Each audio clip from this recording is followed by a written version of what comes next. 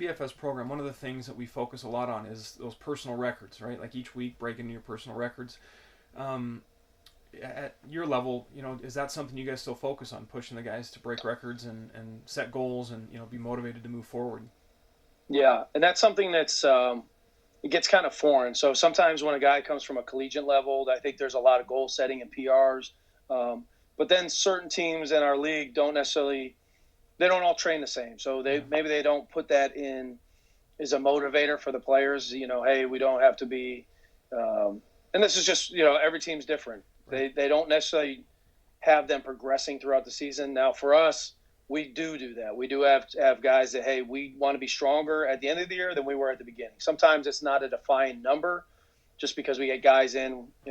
This week we might have got a new player in, and so it's hard to do that. But the guys are constant with me. We try to say, hey, last year we finished with this. We want to finish with this year, and it's progressive overload, and we're trying to constantly break records each week. Hey, 3 weeks ago you did this for 2. I want to do this for 2. This week, and constantly doing that. And it's might be 5-pound achievement, but that 5-pound achievement is a positive reinforcement to that player that he's getting stronger in season. So, we do that. I've had to change it, I guess, at the NFL level a little bit, just because of the rotation of the players. Where at college, I could really say, hey, this is our goal. This is going to be your goal for the end of, before spring ball, and we want this number.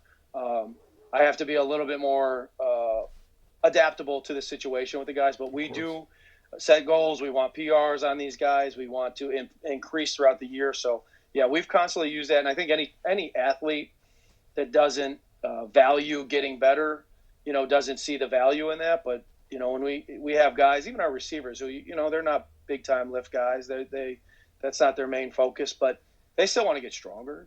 Strength is never a weakness. So we always want to keep pushing forward. So, it helps guys when they're getting stronger. That's never been a bad thing, setting goals. That's great.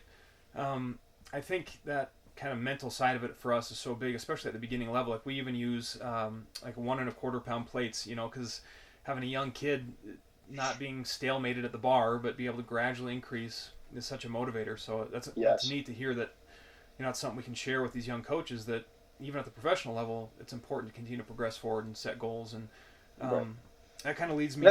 Oh, go ahead. I was just going to say that's one thing too. Like, but we deal with this here. I'm sure other coaches deal with the same thing.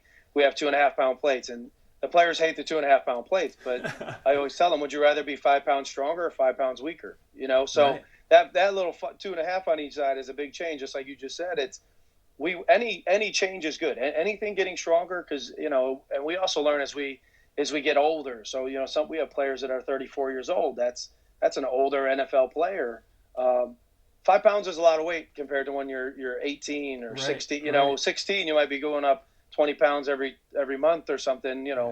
At 34 years old, if I go up 5 pounds a year, I'm pretty excited. On your max. So it's funny where we get to I have to convince guys to use them. I'm like, just put it on. If you put that 5 on, you might fail. If you put the 2.5 on, we got a good chance here. That's the number. That's great. That's the number.